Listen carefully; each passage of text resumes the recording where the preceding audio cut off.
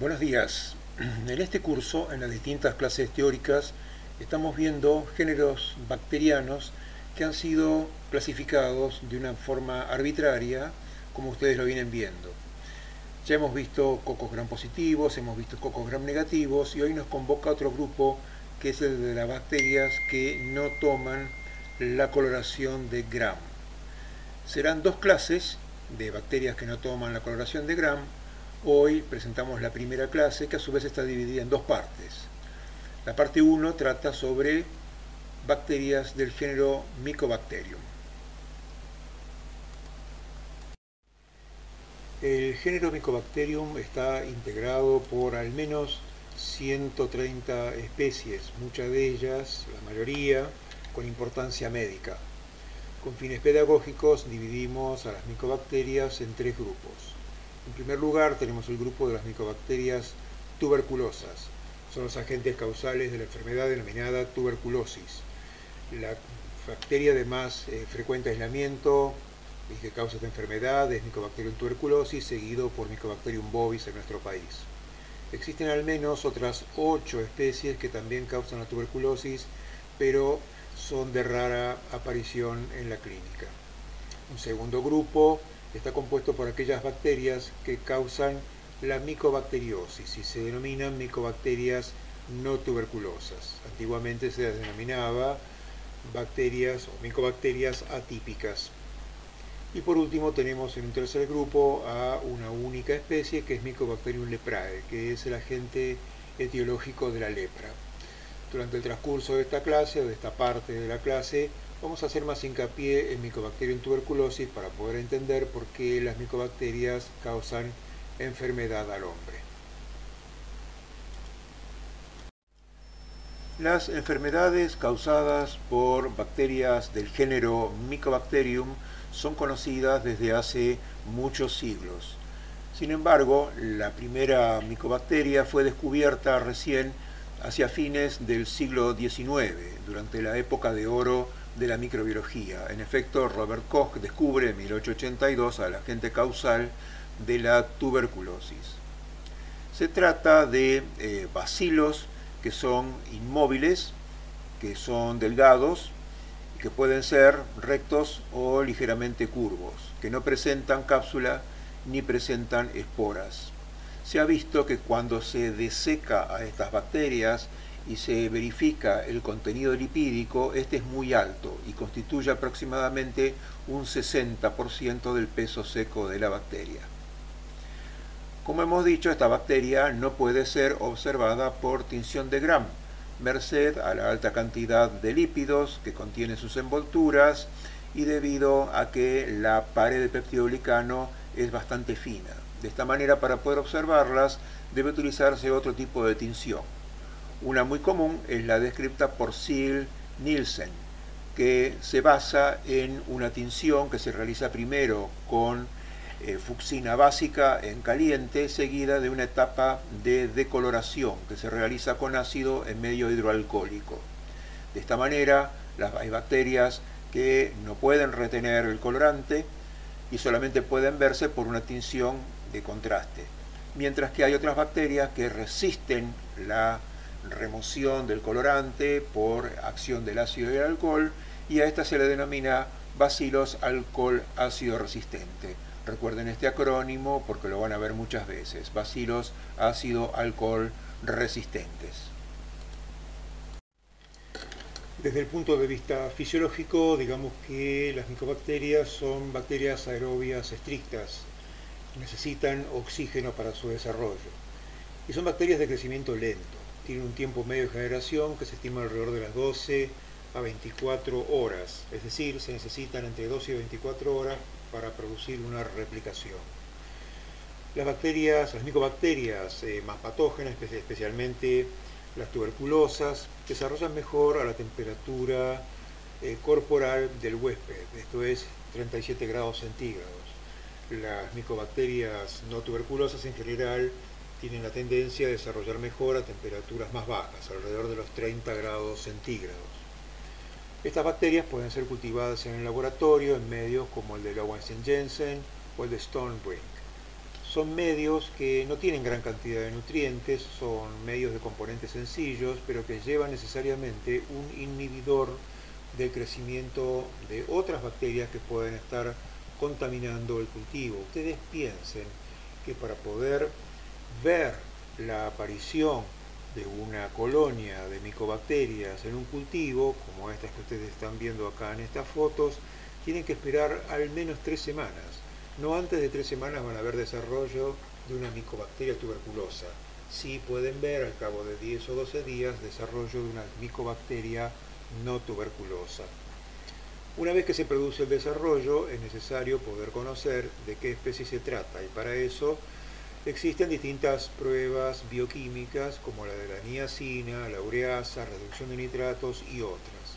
Este tipo de metodología para el cultivo de las micobacterias y su reconocimiento o reconocimiento de las especies está poco a poco cayendo en desuso debido al tiempo que insume poder obtener desarrollos positivos a partir de muestras clínicas. Los métodos de cultivo sobre medios sólidos, como los que le acabo de describir hace apenas unos minutos, se conocen desde fines del siglo XIX y fueron utilizados hasta bien entrada la segunda mitad del siglo XX. En algunos lugares todavía pueden ser utilizados. Poco a poco fueron desplazados por otras metodologías. Primero apareció una metodología que utilizaba radiactivos, es decir, se cultivaba la bacteria en un medio líquido que contenía ácido palmítico marcado con carbono 14. Cuando se producía la digestión del palmítico por las micobacterias, se liberaba dióxido de carbono marcado con carbono 14, que era detectado por un detector de radiación gamma. Pero este tipo de método ya se ha dejado de utilizar porque, bueno, el uso de radioactivos se trata de evitar por la contaminación ambiental con radioactivos que genera la disposición de todos los materiales que ya no se utilizan. Otro método que apareció en los años segunda mitad del siglo XX, ya hacia los años 80, es el método fluorométrico. El equipo más comúnmente usado es el equipo el Vactec MGIT 960. Para utilizar esta metodología con las micobacterias, lo que se hace es un cultivo en medio líquido, en tubos con medio líquido, que contiene una sustancia que en presencia del oxígeno está oxidada, y cuando se hace incidir luz ultravioleta sobre estos cultivos no generan fluorescencia. Pero cuando la bacteria desarrolla, y cuando desarrolla lo hace consumiendo el oxígeno, al sustraer el oxígeno del medio, esta sustancia que estaba en estado oxidado pasa a estado reducido, y ahora sí, al incidir sobre esta sustancia en la luz ultravioleta, se genera fluorescencia, y mediante la detección de esta fluorescencia que se puede percibir entonces el crecimiento de las micobacterias. Obviamente existe en el medio de cultivo un inhibidor de otros microorganismos que no son las micobacterias, y por eso puede decirse que cuando hay fluorescencia lo que ha desarrollado son las micobacterias. Este método es bastante utilizado ahora ya para la clínica, para el diagnóstico.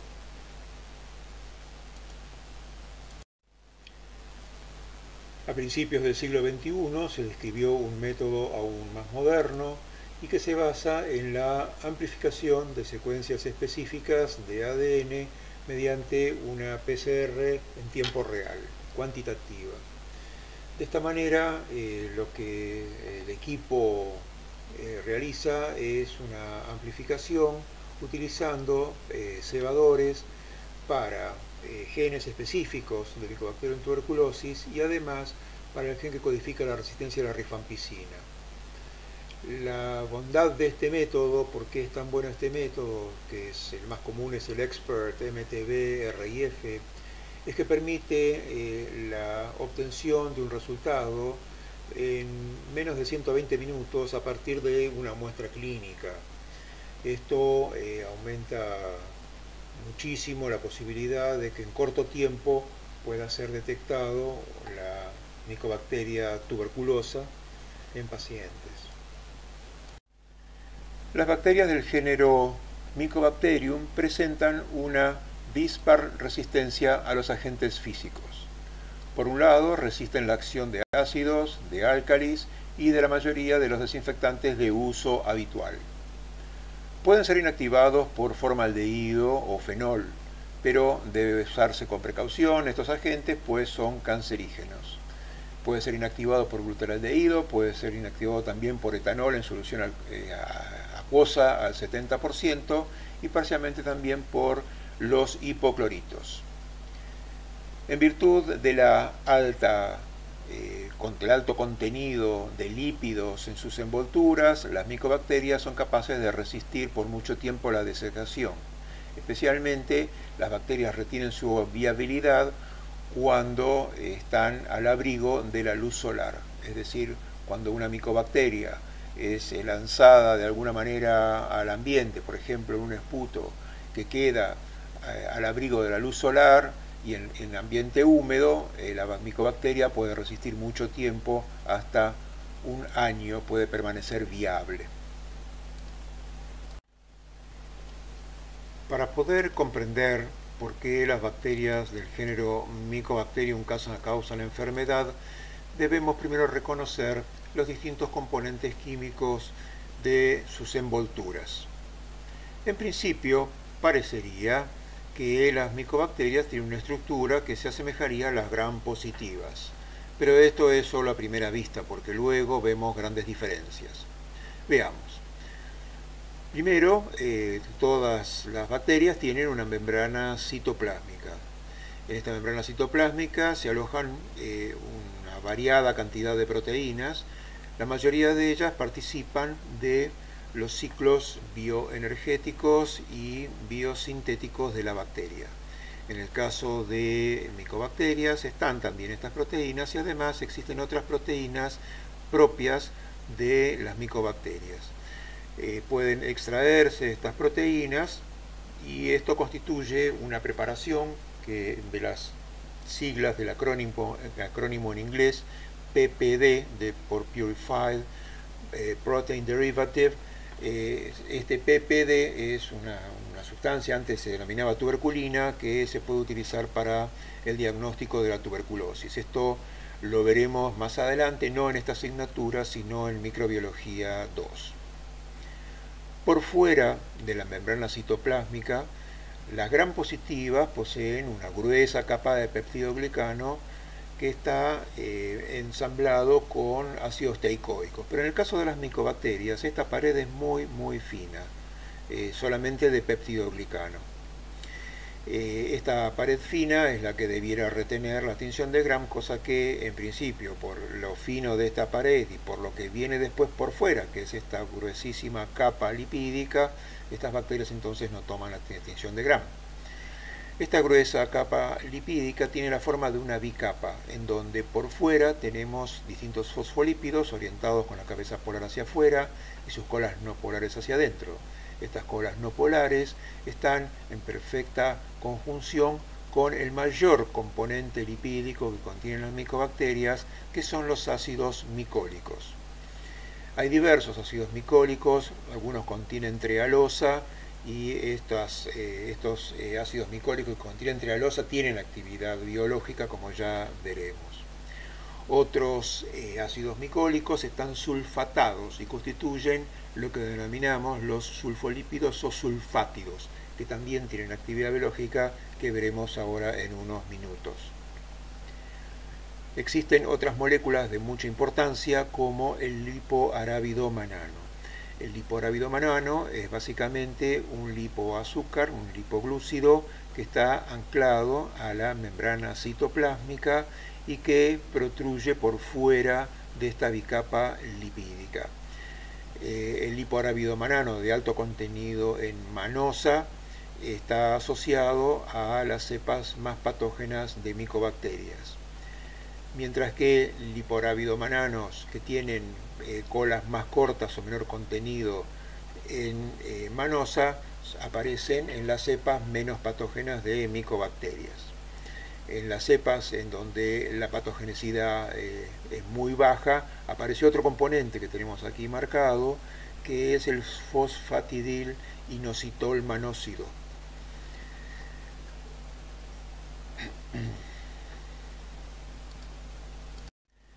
Ya hemos descrito los distintos componentes de las envolturas de las micobacterias. Veamos ahora qué ocurre cuando la micobacteria interacciona con las células del huésped. En principio, las micobacterias patógenas tienen lipoarábido manano. Este lipoarábido manano funciona como una PAMP, es decir, un patrón molecular asociado a la patogénesis. Los lipoarábidomananos, el lipoarábido manano interacciona con diversos receptores. Cuando se trata de los receptores TLR o Toll-like receptors, específicamente con el TLR2, lo que se produce es una cascada de señalización. Esta cascada de señalización, que está mediada por el factor NF-κB, tiene acción sobre distintos efectores en el núcleo de la célula. En este caso la célula son los macrófagos. Producto de esta señal que se dispara, se produce por parte de los macrófagos la producción de citoquinas, quimioquinas y otros factores. Estos factores en general son los que producen reclutamiento de células, específicamente más macrófagos, y también son proinflamatorios.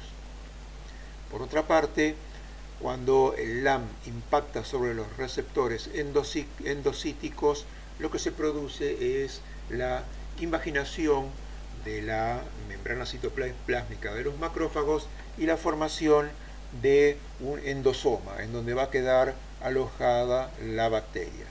Por otra parte, existen otros receptores. Algunos de ellos son secretados, pero una vez que se unen al lipoarábido manano son recapturados y producen la aparición de moléculas de superficie como MASP1, MASP2, que son las que producen la activación del sistema del complemento. Debe hacerse mención que la patogenicidad de distintas cepas de Mycobacterium tuberculosis y la patogenicidad de otras micobacterias no tuberculosas tiene relación con el tipo de arábido manano presente. Cuando el lipoarábido manano es rico en manosa, a esto se lo conoce como el MAN-LAM, en general ustedes van a ver que la actividad que tiene, contra la que pudiera creerse, es más antiinflamatorio. Inhibe la producción de factor de necrosis tumoral alfa y de interleuquina 12. De esta manera, al no generar una respuesta inflamatoria manifiesta, no despierta algunos de los mecanismos de la inmunidad innata. Al mismo tiempo es antiapoptótico, por lo cual cuando se produce la incorporación de la bacteria dentro del endosoma, se evita que la misma célula dispare un mecanismo de apoptosis con su muerte. Y esto ocurre básicamente en las micobacterias más patógenas. En otras micobacterias lo que se observa es que el lipoarábido manano básicamente tiene alto contenido de fosfatidil inositol y cadenas más cortas. Y en este caso lo que se ve es que este lipoarábido manano con fosfatidil inositol, también llamado PILAM, tiene más actividad inflamatoria. Al tener más actividad inflamatoria despierta mecanismos de la inmunidad innata que contribuyen a una remoción más rápida de la micobacteria. Existen algunas micobacterias en donde directamente no existe, existe el lipoarábido manano, pero que no tiene directamente restos de manosa ni de fosfatidil inositol. Esto se ha visto, por ejemplo, en Mycobacterium chelonae, y de ahí viene este acrónimo de CHELAM por chelonae y lipoarábido manano.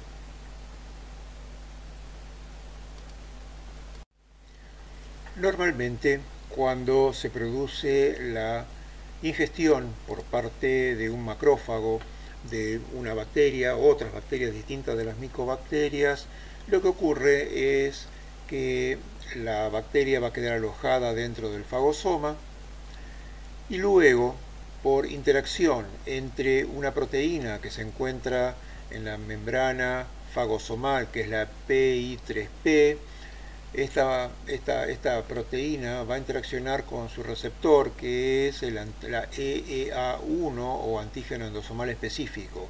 Cuando se produce este reconocimiento, se fusionan los lisosomas con el fagosoma y se va a formar el fagolisosoma. Cuando esto ocurre, se acidifica mucho el contenido del fagosoma, a la vez que las enzimas lisosomales que son volcadas dentro del fagosoma digieren entonces a la bacteria. Pero en el caso de las micobacterias esto no ocurre así. Por acción de los sulfátidos que están presentes como ya les mencioné antes, en las envolturas, estos sulfátidos, cuando la bacteria se encuentra dentro del fagosoma, estos sulfátidos interaccionan con la membrana fagosomal.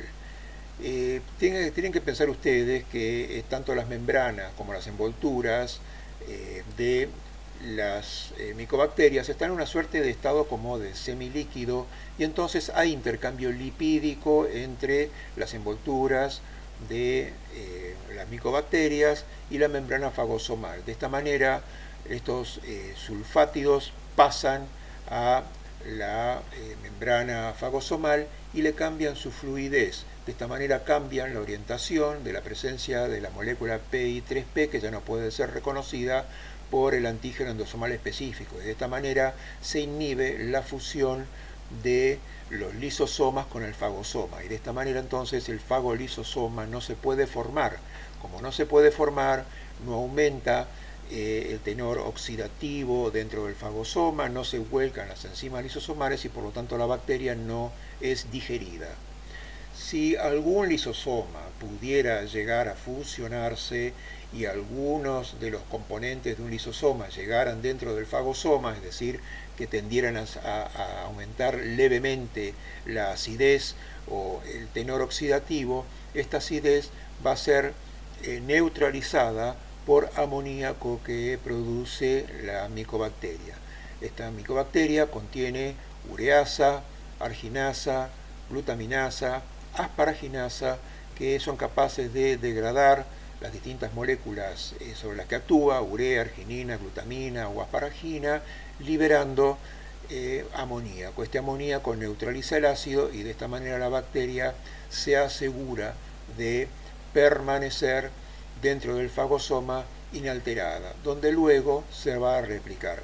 De esta manera, y con un tiempo de generación que la bacteria tiene que es muy prolongado, la bacteria se va replicando hasta que por efecto mecánico va a destruir el fagosoma primero y posteriormente, cuando la masa bacteriana es suficientemente grande, va a destruir la membrana citoplásmica del macrófago, escapando de esta célula muerta y quedando lista para infectar otras células circundantes que fueron atraídas por la acción de este liporavida manano, que había disparado las cadenas de señalización y había generado la presencia de citoquinas y de quimioquinas.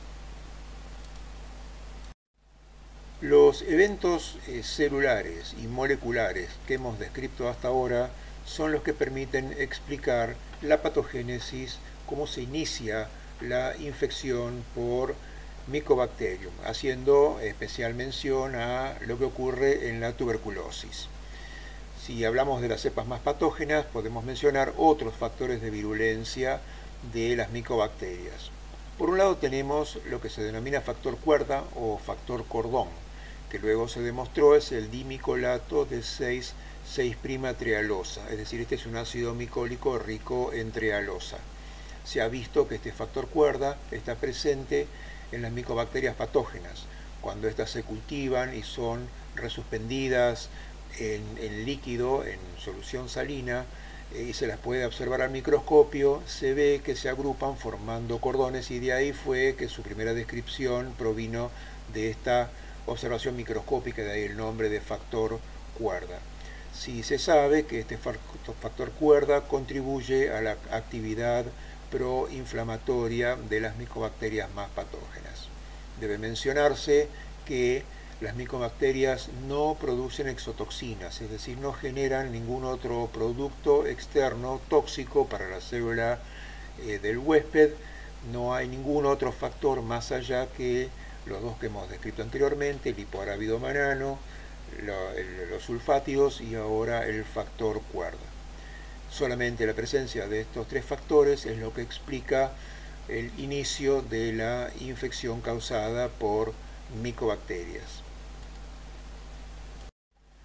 La descripción de la enfermedad tuberculosis es objeto de estudio en microbiología 2, pero para que ustedes tengan una idea de lo que estamos hablando, digamos que la tuberculosis es una enfermedad de larga evolución, en donde en un principio se producen los eventos que hemos descrito hasta ahora, hay acumulación de células, formación de lo que sería la lesión.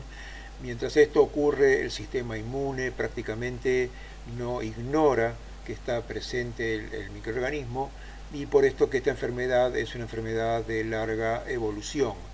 Una de las características entonces de la patogénesis es entonces la capacidad de la bacteria de evadir las respuestas inmunes del huésped, tanto en la etapa temprana, la respuesta innata, como en etapas más tardías, la respuesta adaptativa. Cuando el huésped, por último, genera una respuesta inmune, lo que se observa es que esta respuesta inmune, por un lado, propende a la erradicación del microorganismo, pero por otro lado, esta respuesta daña también al mismo huésped. Esta respuesta adaptativa se está dando contra los antígenos micobacterianos, básicamente, y durante la enfermedad se produce una hipersensibilidad de tipo 4, es decir, hipersensibilidad retardada. De esta manera, digamos que la acción del sistema inmune del huésped cumple un rol fundamental en lo que es esta enfermedad de larga evolución.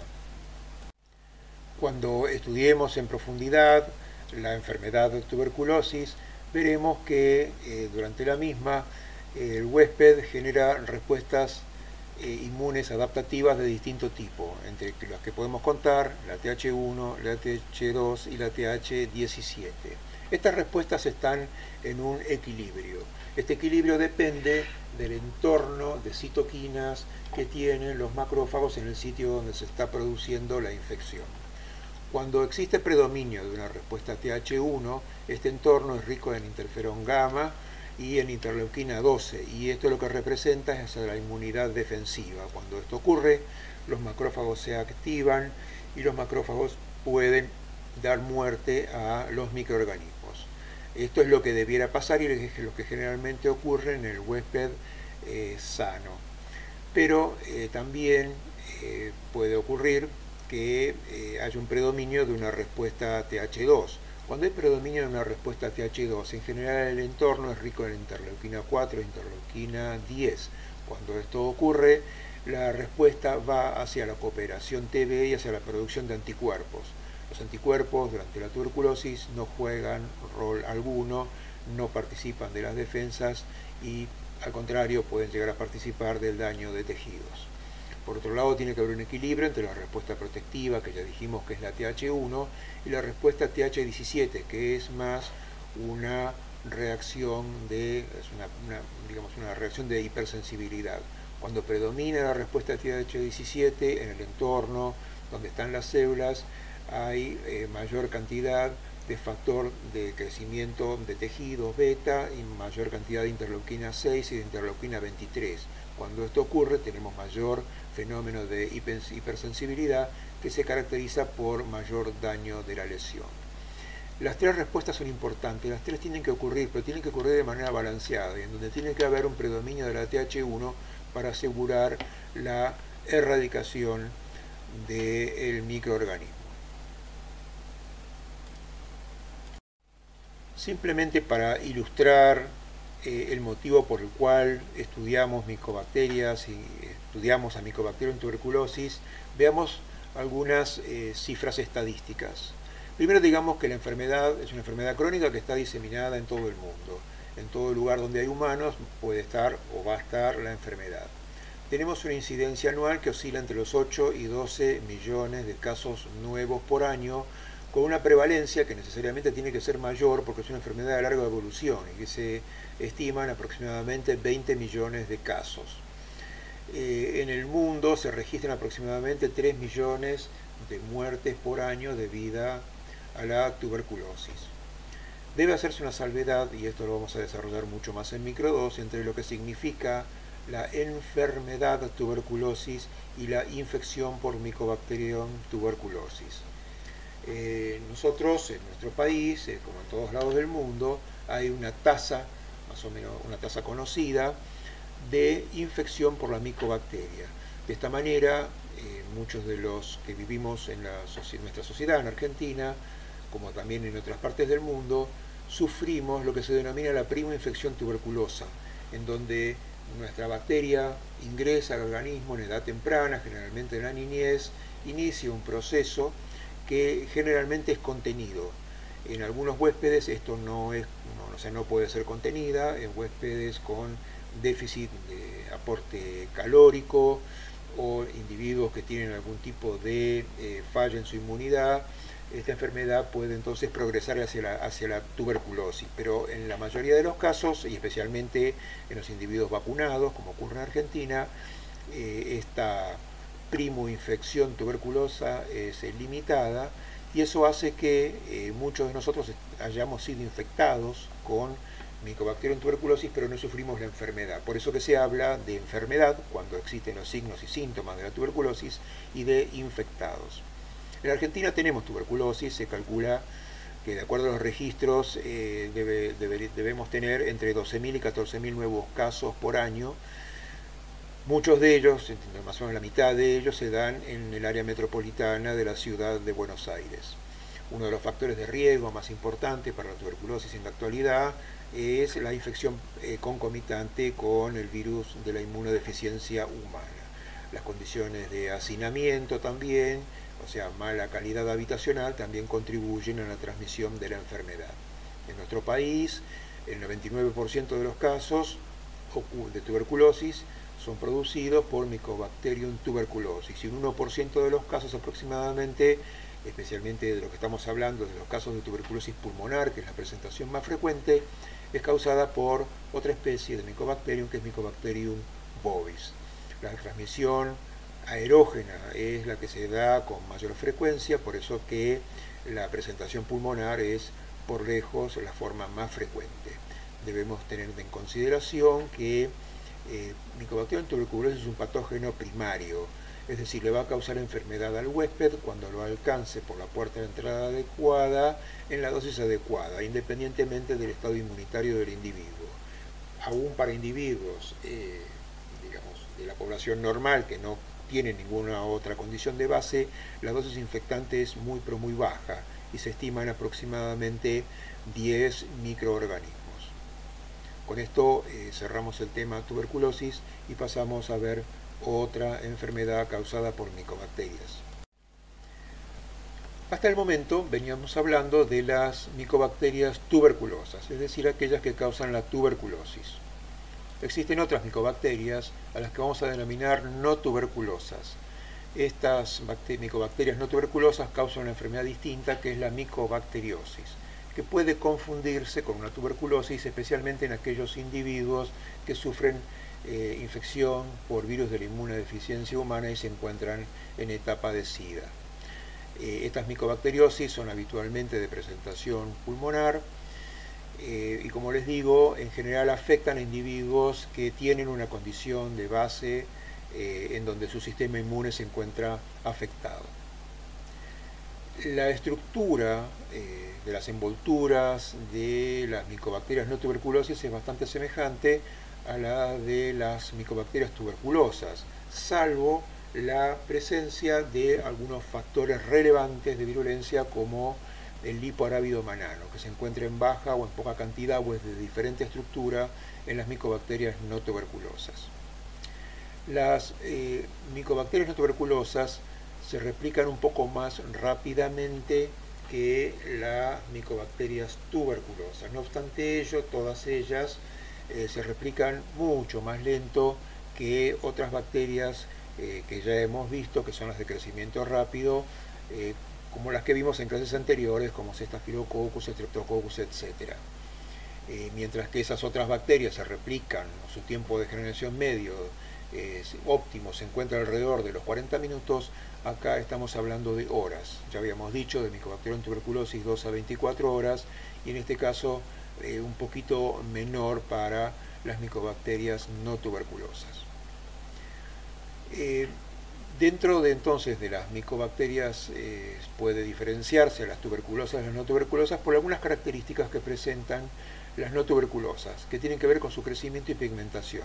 Ya les dije antes que las no tuberculosas crecen más rápido, pero además algunas de ellas producen pigmentos. Esto dio origen a una clasificación que es la clasificación de Runyon. No vamos a ahondar mucho en este tema porque tiene que ver más con el diagnóstico que otra cosa, y esto es tema de microbiología 2, pero vamos a decir algunas cosas como para que ustedes tengan una idea. Dentro de las bacterias entonces, dentro de las micobacterias no tuberculosas hay algunas que son de crecimiento lento, semejante a Mycobacterium y tuberculosis, y otras de crecimiento rápido. Dentro de las de crecimiento lento existen algunas que son acromógenas, es decir, no producen pigmento alguno. Mientras que hay otras que son pigmentadas, es decir, producen pigmentos. Pero hay algunas que vamos a denominar fotocromógenas, que cuando se las cultiva a la luz producen pigmento, pero hay otras que se denominan escotocromógenas, es decir, estas van a crecer, van a producir pigmento tanto si hay luz como si no la hubiera.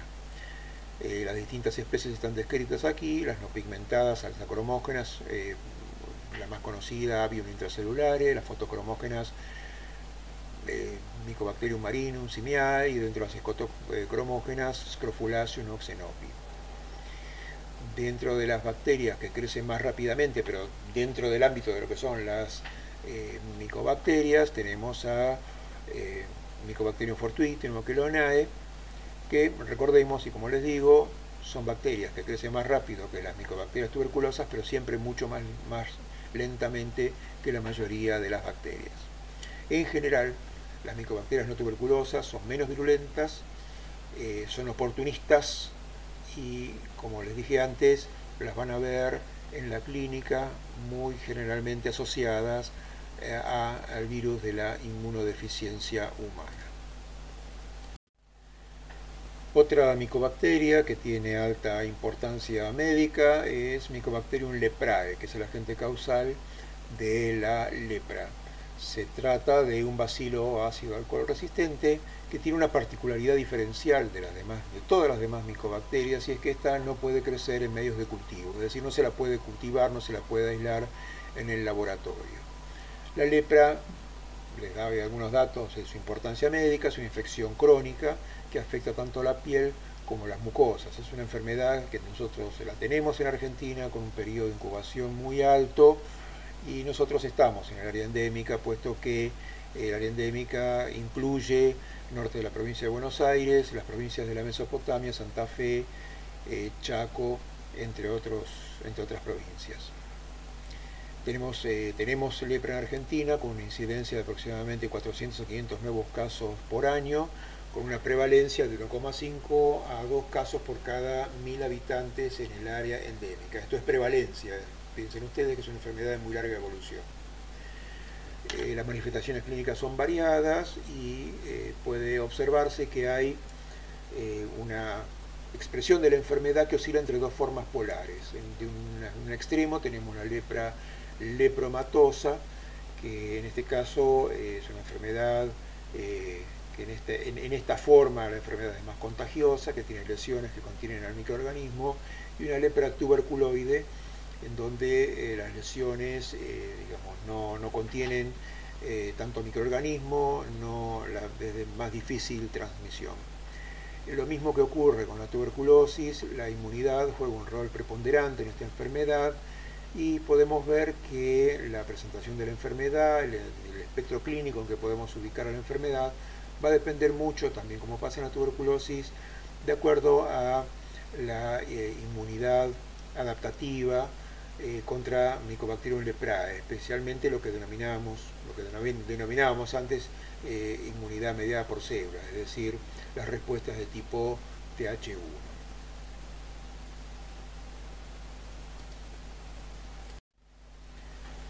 Damos aquí por terminada la parte 1 de esta clase.